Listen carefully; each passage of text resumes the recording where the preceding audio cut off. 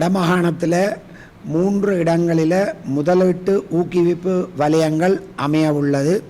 காங்கேசந்துறை சீமெந்து தொழிற்சாலை அமைந்துள்ள வளாகம், பரந்தன் ரசாயன தொழிற்சாலை வளாகம், மாங்குளம் நகர அபிவிருத்தி வளாகம் இந்த வருட கடைசியில் அமைய உள்ளது. முதலீட்டு ஊக்குவிப்பு வலயங்களில் நீங்கள் முன்னெடுக்கக்கூடிய தொழில்கள், அதற்கான அனுமதிகள் மற்றும் அதற்கு தேவையான காணிகளை இந்த முதலீட்டு சபை உங்களுக்கு வழங்க ஆயத்தமாக இருக்கிறது.